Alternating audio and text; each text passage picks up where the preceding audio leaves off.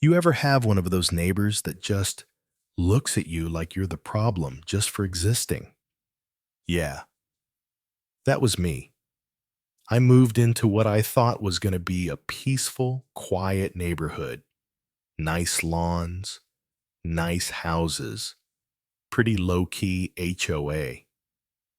Decent folks overall. But man, I didn't count on living next to her. We'll call her Trish. Now, to be fair, I didn't expect much attention when I moved in. I'm a disabled vet, served overseas, did my time, and yeah, I came back in a wheelchair. Took some damage. I'll live with for the rest of my life, but I'm not bitter about it. I got a little lucky. I guess you see my dad passed not long before I moved, and he left me with enough to afford a comfortable house out in a place that wasn't crowded, not too loud, just enough space for me to live and breathe.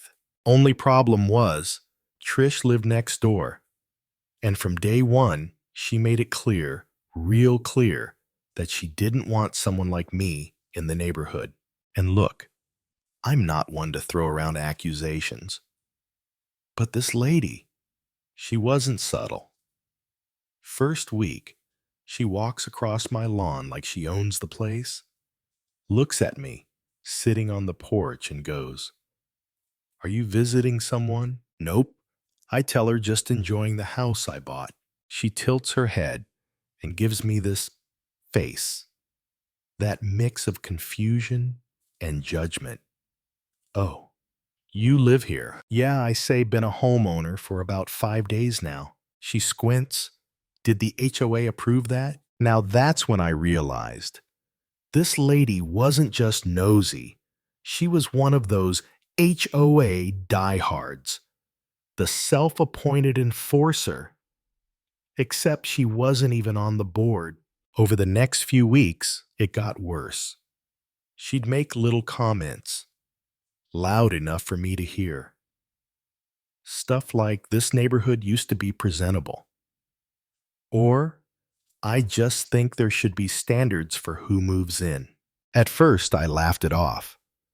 I've been through hell, words don't hit the same after war. But even still, after a while, it starts to wear you down. There was this one time I was out in the driveway, tuning up my van, not even blasting music or anything. Just wrench in hand, a little grease on my shirt, taking care of my own business.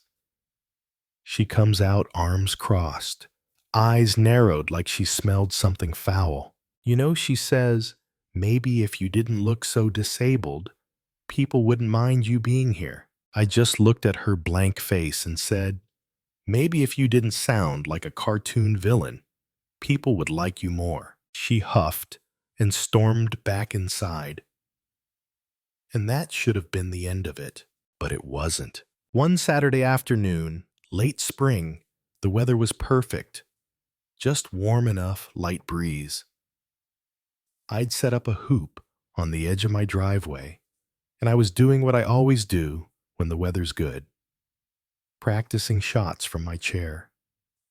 Helps with the upper body, clears the head, makes me feel normal again, you know. Anyway, after about 30 minutes, I roll back to the porch, grab a bottle of water, and just lean back.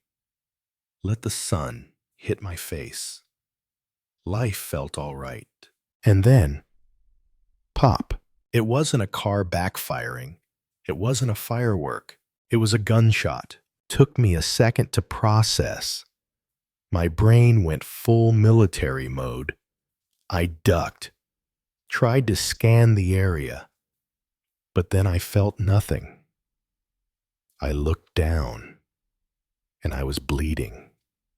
Bad. My right leg, the part I can't feel, had a clean hole right through the thigh. Now, I know what you're thinking. How do you not know you got shot? Thing is, from the waist down, I got zero sensation. So unless I see it, I wouldn't know. But the blood, that's still a problem. I could bleed out just like anyone else. So I dialed 911 immediately, voice shaking, trying to stay calm. But inside, I was spiraling. And then I saw her, Trish, standing in her yard, holding a gun and waving like she'd just done something heroic, like she just saved the damn neighborhood. I could barely believe it. I mean, who does that? Shoots a disabled guy in a wheelchair. For what property values? The paramedics came fast, thank God. Bullet passed clean through, no shrapnel, no internal organ damage. But I was still rushed to the hospital for blood loss. While I was lying in that ambulance watching the world blur past, I made a promise to myself. I am not letting her get away with this. Filed the report that same night. Gave the cops her name, address, told them what I saw.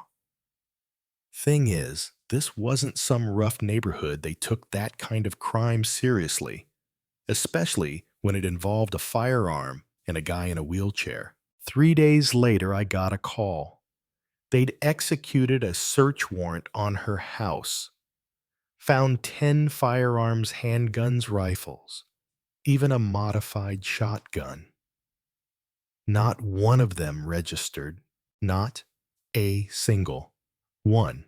Turns out she didn't just hate me. She'd been collecting weapons for years, like she was prepping for some kind of war. And now, she just made the worst mistake of her life. When the court date came, she had no real defense. Her lawyer tried to play the mental stress angle, claimed she feared for her safety because, I get this, looked military. The judge didn't buy it. He sat there calm and stern, flipping through the photos of my injury and the list of unregistered weapons, and then asked her one question. Why did you shoot your neighbor? And she said, without blinking, because people like him don't belong here. That was it. Attempted murder. 10 counts of illegal weapon possession. Sentenced to 10 years, no parole. And the HOA, they scrambled to distance themselves. Sent out a formal letter saying she wasn't acting on behalf of any community rules. Basically said she's on her own. Can't say I blame them. A few months later, her house went up for sale. A young couple bought it. They waved the first day we met, even brought over cookies. Said they'd heard there was a lot of drama with the previous owner, but hoped things would be more peaceful now. And you know what?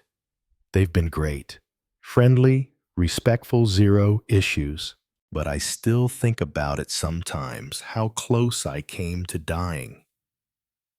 Because someone couldn't stand the sight of a man in a wheelchair living next door. The kicker: her house sold above market value. So much for me devaluing the neighborhood. Crazy part is there are still people online defending her, saying she must have snapped, or maybe she had a reason.